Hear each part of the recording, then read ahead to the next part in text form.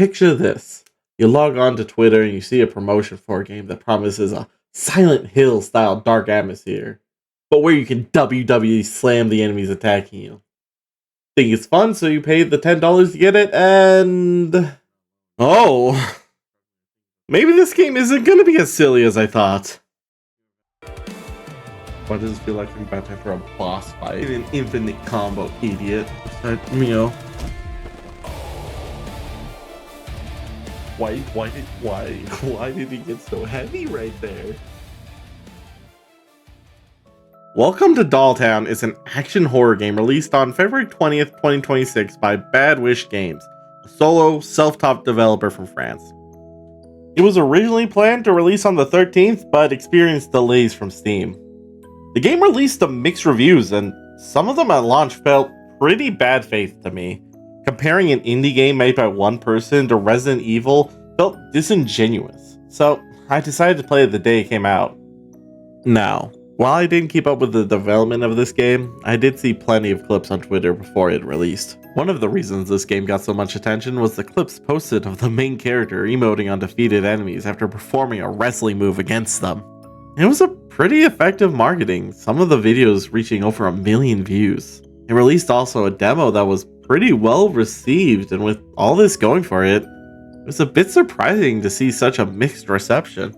Loading into the game and passing the suicide hotlines, our character Yumi arrives into town.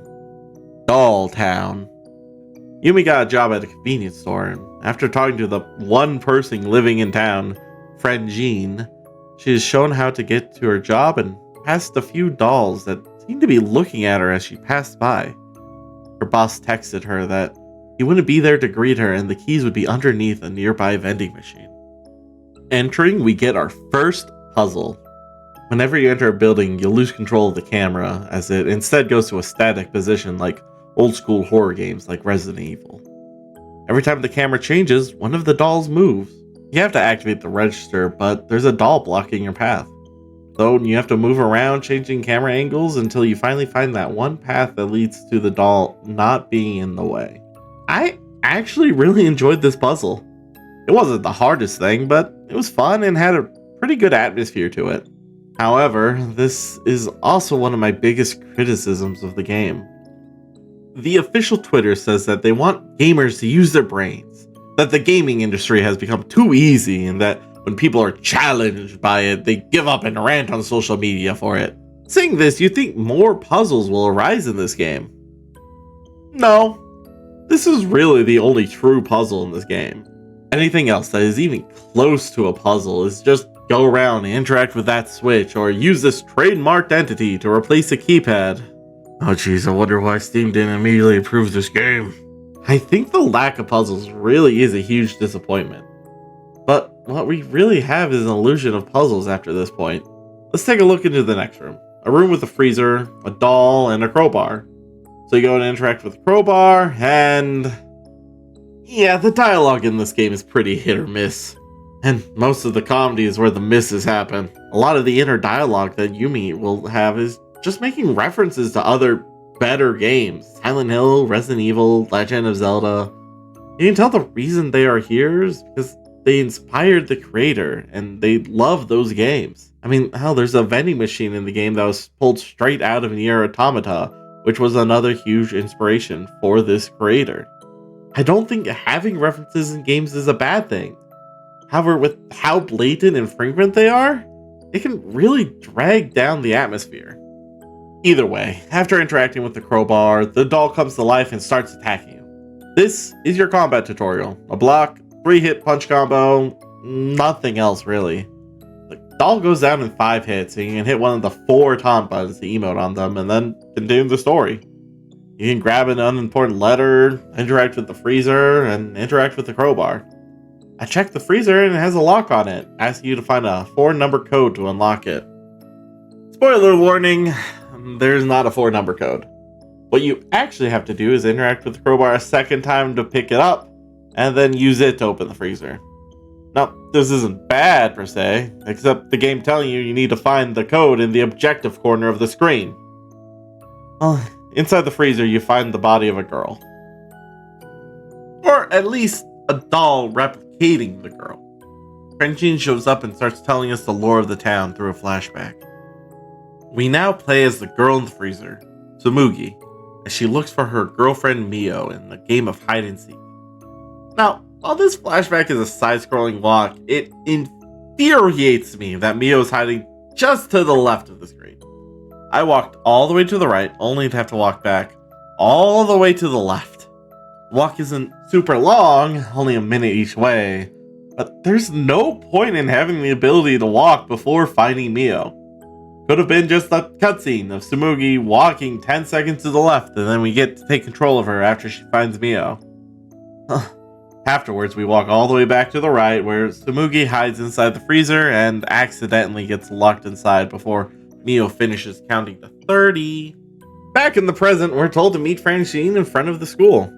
I went across the street to the temple, stole money from a beggar doll, used it to gamble at a gacha machine, and got a Lego. Which, I still don't know if they are legally allowed to call them that or not. Also, there's a doll on the other side of the temple, which is optional, but if you beat them up, you can actually use one of your finishing moves. You know, one of the moves that the promotions show off. Don't know why you couldn't do that to the first enemy, but whatever, let's just keep it to this optional enemy over here. At school, there's a doll of Mio standing on the roof.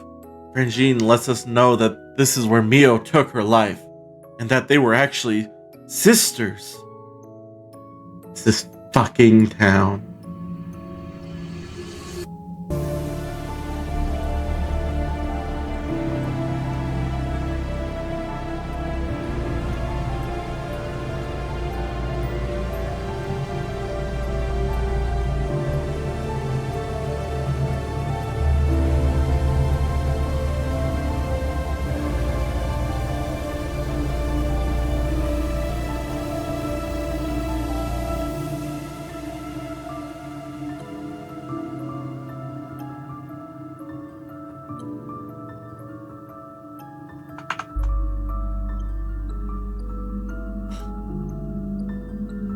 Welcome to Dolltown. Title screen. Francine talks about how their father was the doll maker, employing half the town to work in his factory. Things went to hell after he died, and how often Mio was being bullied. They said they found Mio's diary and will show us at her father's home. The code to get in is 58008, which, if flipped upside down in the calculator, is boobs. This is one of the core problems with Welcome to Dolltown. The story it's telling is dark and very serious. It's about a lesbian couple dying and killing themselves because of a homophobic bigot harassing and bullying them. Well, also in the same breath making jokes like type boobs as code, rawr, so random. Now, I love horror comedy. I think it's a great genre. Thinking things like Tucker and Dale versus Evil, Dead Rising, Repo. Why do those work instead of Welcome to Dolltown? I believe it's because the others don't take their stories very seriously.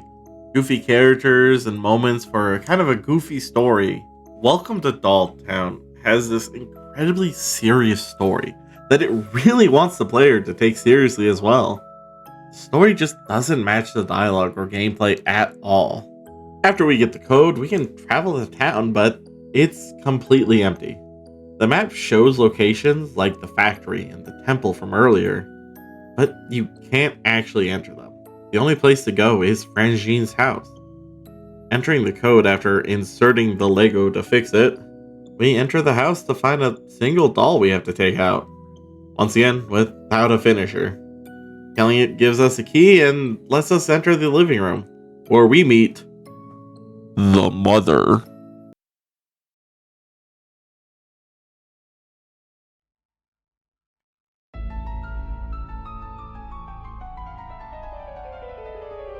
Alright, it's our first boss fight in the game, with a demonic looking woman coming in to attack. I go for a swing and it lands, and we stun lock her to death. Yeah, this boss fight is a glorified regular enemy. Defeating her, Francine runs in and the body disappears. And Jean then talks about their father and how he lost his mind, and it's flashback time. The flashback mostly centers around father and Mio. He gives her a cat, she dies, and then he goes to her grave and grabs her ashes after cremating her.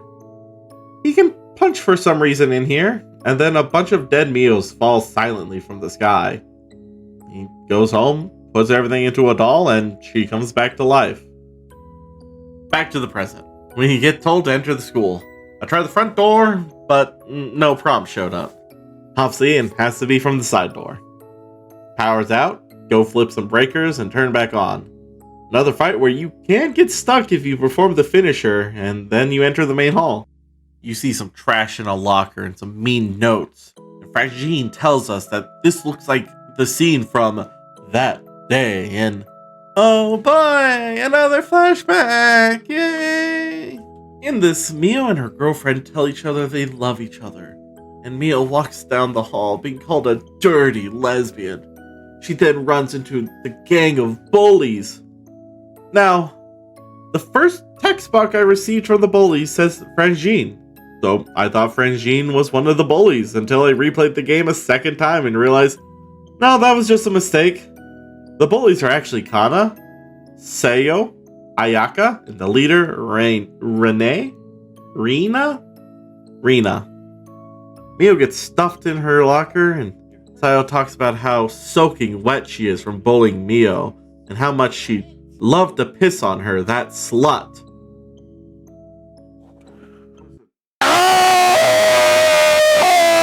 After that, we're back in the present, where we go upstairs trying to get to the roof, but oh no, it's locked. Go check the classroom now. Going to classroom 2B, you find a scene of dolls bullying another scene from that day. We also see rude text on the blackboard, a shield from Legend of Zelda on the far wall, don't think that is legal, and an award for the best student of the month, Mio. Did they bully Mio because she was smart? Mio might have been smart, but Yumi definitely is not.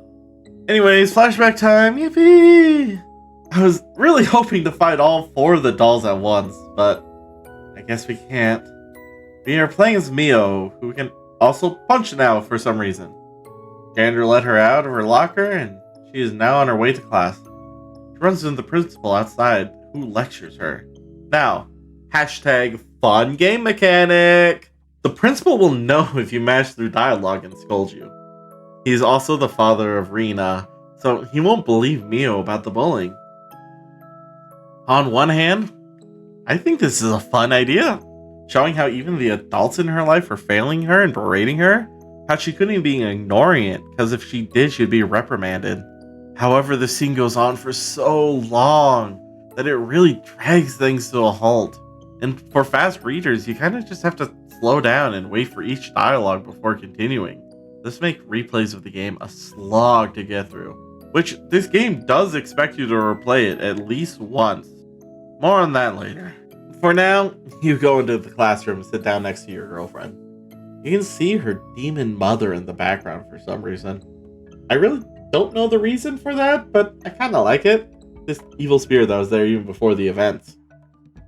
Though, we know literally nothing about the mother, so it does feel kind of pointless. Professor Kobayashi starts his lecture and... oh god damn it. So we are now in a Persona reference, with full anime art talking and the funny weed number date on the top left. Which also mean Mio took her life on 420. Well, she did get cremated, so I guess she did blaze it in the end. The lesson is on the themes of crimes of passion. He uses both Romeo and Juliet as well as Ibsen's A Dollhouse. Now, I do think when people bring up titles like this in a story, it's for players to compare or contrast the experience to those stories. Well, I think the comparison to Romeo and Juliet are very obvious. Lovers who society wants to keep apart and ends with the death of both of the young lovers. I mean, the professor mostly talks about the comparison in this lecture. Or I think looking into A Doll's House is more interesting. Ibsen's A Dollhouse is about a woman named Nora in 1879 who secretly borrowed money to save her husband's life. Eventually, her husband tries to fire the person who lent her the money, so he tries to blackmail her. She can't convince him not to, so he reveals her secret to her husband in the letter. He flips out. "You have destroyed all my happiness, all because of you thoughtless woman. He can't trust her with the children."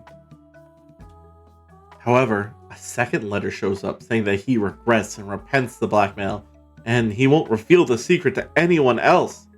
It's all good. He forgives Nora. However, she does not forgive him. "You look like you don't believe I have forgiven you. You have never loved me. You have only thought it was pleasant to be in love with me. I have been your doll wife." She then divorces her husband and goes to try to make a life for herself. This was a revolutionary play, a critique of social norms of the time and how women were treated. Now, how does this go into Welcome to Dolltown? God, I don't know. Dolls? Is it just because there are dolls? There were talks about crimes of passions, but besides minor forgery, there isn't really a crime of passion in the play. Was it doing something behind your lover's back? No. Mio never does anything behind their girlfriend's back. Well, besides one thing. It feels like the creator read a synopsis of the book and just added it in. Well, anyways, next scene, Tsugomi gets beaten up and then Mio finds her. Takes her bloody body out of the school. "If love is a sin, then call me the devil."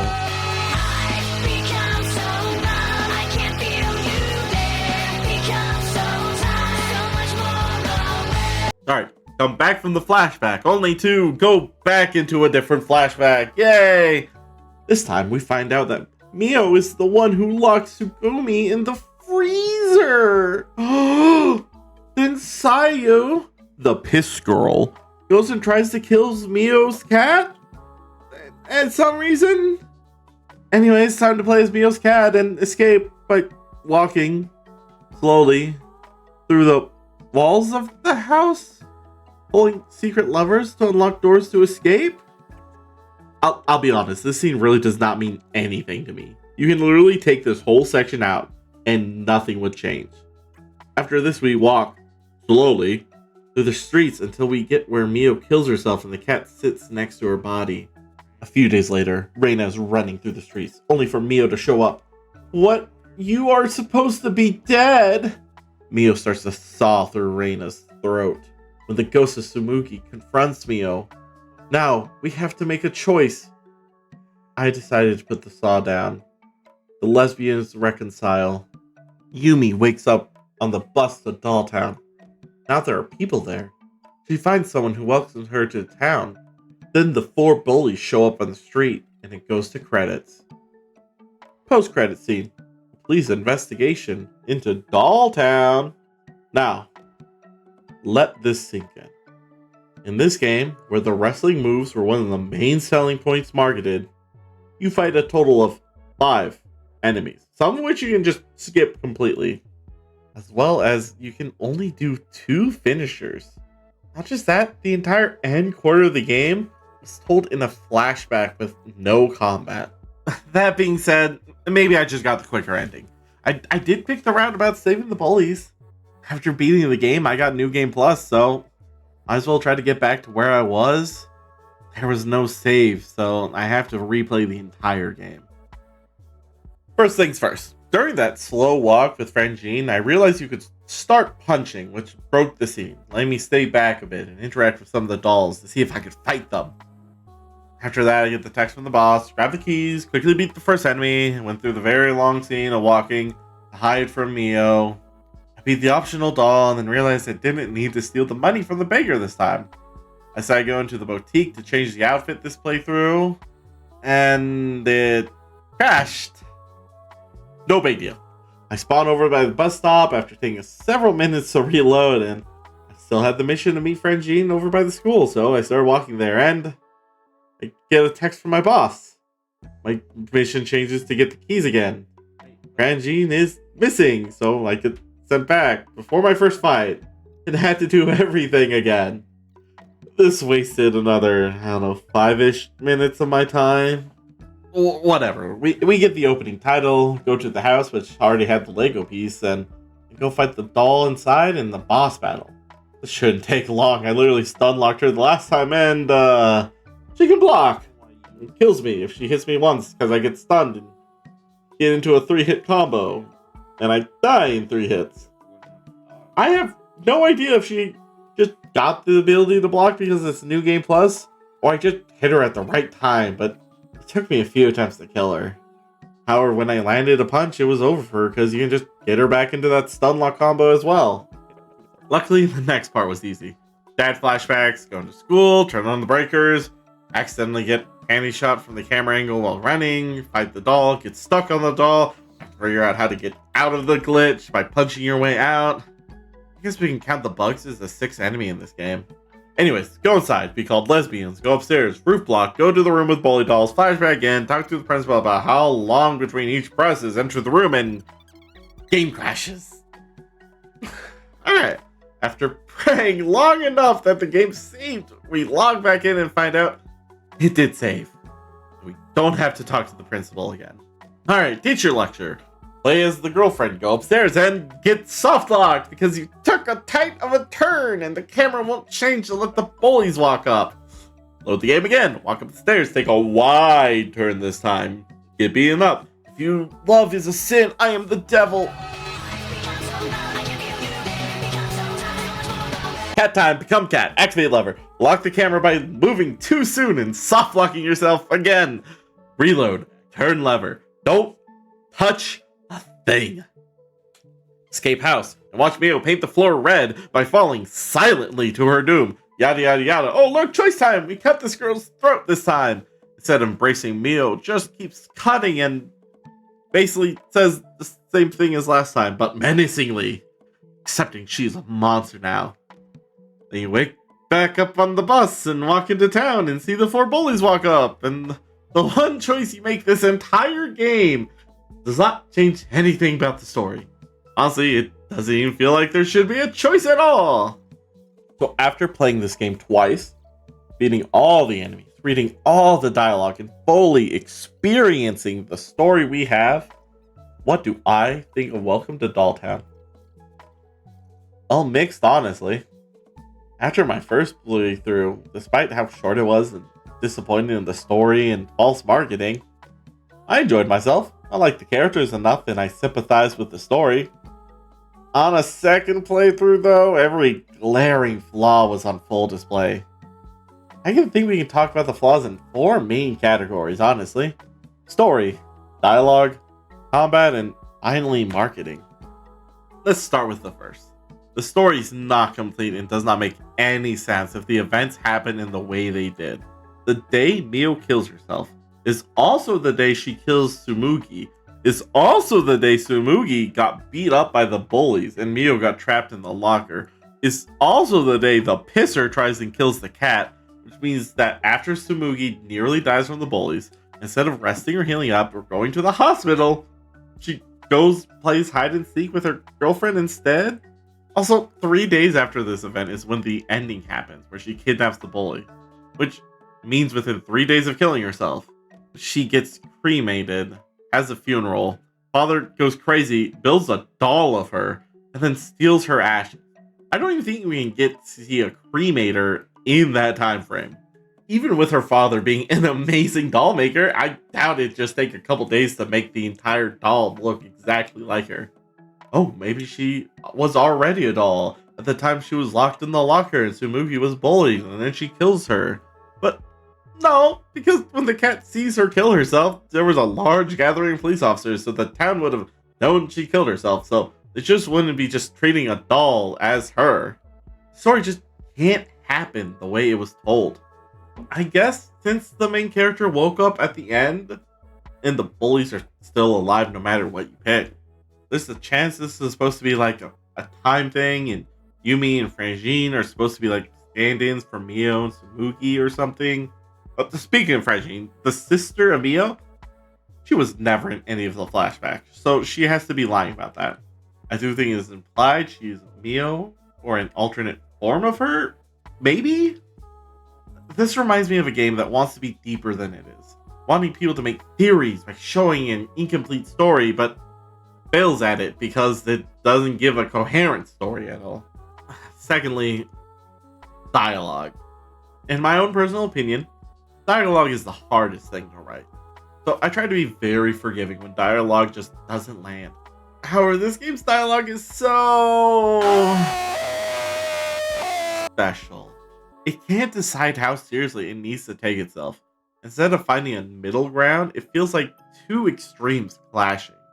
It's hard to take the serious moments seriously when you're also hearing about how bullying makes this girl's pussy wet and she wants to pee on them. I can't say that you can't have humor in a serious story. I think jokes can really help humanize characters, but there are times and places, and this game just doesn't know when either of those are. Third, combat. 5 fights, 2 of which are optional. You don't even get to fight the big bad of the story, Mio. Not only are there only a handful of fights, there isn't even variety. Besides the bosses, all enemies take 5 hits to go down. The main gimmick, which is the wacky fights and the emotes, the finishing moves can only be used on 2 enemies, and can be kind of buggy when you use them. Now, combat in a horror game isn't usually that important. However, this bleeds into the 4th problem. Marketing. If I had to point at one thing that killed this game in the public eye, it would be the marketing. This game was posted everywhere constantly, showing off the combat, showing off designs and levels. It got a ton of eyes on it with plenty of hype to build up to it. Now, come to the game release, and most of the stuff shown in teasers aren't even in the game. There's wrestling moves that aren't there, emotes that aren't in there, levels just completely missing. Not just that, being marketed with no use of AI in a game, but then making an update removing AI assets, that just doesn't give you a good look. The worst part of this game isn't the lack of content, or the bugs, or even the story. It's that it isn't what it could be. I think a lot of people can be pretty forgiving towards issues, especially when it comes to a solo game dev. However, the deceptive marketing made people feel like they were getting scammed, especially people who bought extra exclusive outfits before the game was released. To help fund the game, the developer made costumes that people could buy that would never be sold again. Honestly, hot take, I don't have a problem with this.